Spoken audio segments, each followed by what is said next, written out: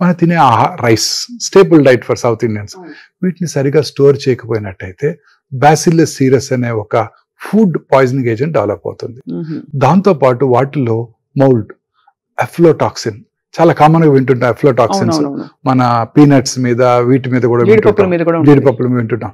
ఈ అఫ్లోటాక్సిన్స్ కూడా డెవలప్ అవుతాయి, అవి క్యాన్సర్ కి దారితీస్తాయి.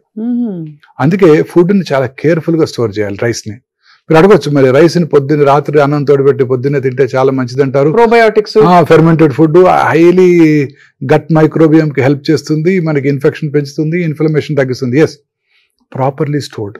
మనం కనుక ప్రాపర్ గా దాన్ని స్టోర్ చేసి ఫెర్మెంట్ చేసినట్టయితే ఇట్ ఈస్ పరమౌషధం. చేయకపోయినట్టయితే ఇట్స్ ఎ పాయిజన్.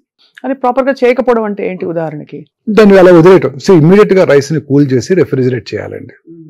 అలా చేయకపోయినట్టయితే ఈ బ్యాక్టీరియా మౌల్డ్స్ డెవలప్ అవుతాయి. సో ఇవన్నీ అంటే ఒక పీరియడ్ ఆఫ్ టైం తింటే వచ్చేవా సార్? ఒక 2 సార్లు తినంగానే రెగ్యులర్ గా అదే కన్సూమ్ ఉంటే అది. ఇప్పుడు పికిల్స్ సౌత్ ఇండియాలో కామన్ గా తింటుంటారు పికిల్స్. ఇప్పుడు వర్షాకాలం వచ్చిందంటే పికిల్స్ ఆర్ వెరీ పాపులర్. నాకు కూడా చాలా ఇష్టం, మీకు కూడా ఇష్టమే ఉంటుంటుంది ఆ పికిల్స్. ఈ పికిల్స్ లో ప్రాపర్ గా స్టోర్ చేయకపోయినట్టయితే వాటిలో నైట్రోసెమిన్స్ డెవలప్ అవుతాయి, మోనోసోడియం గ్లూటమేట్ డెవలప్ అవుతుంది. ఇవన్నీ కూడా డెఫినెట్ కార్సినోజన్స్.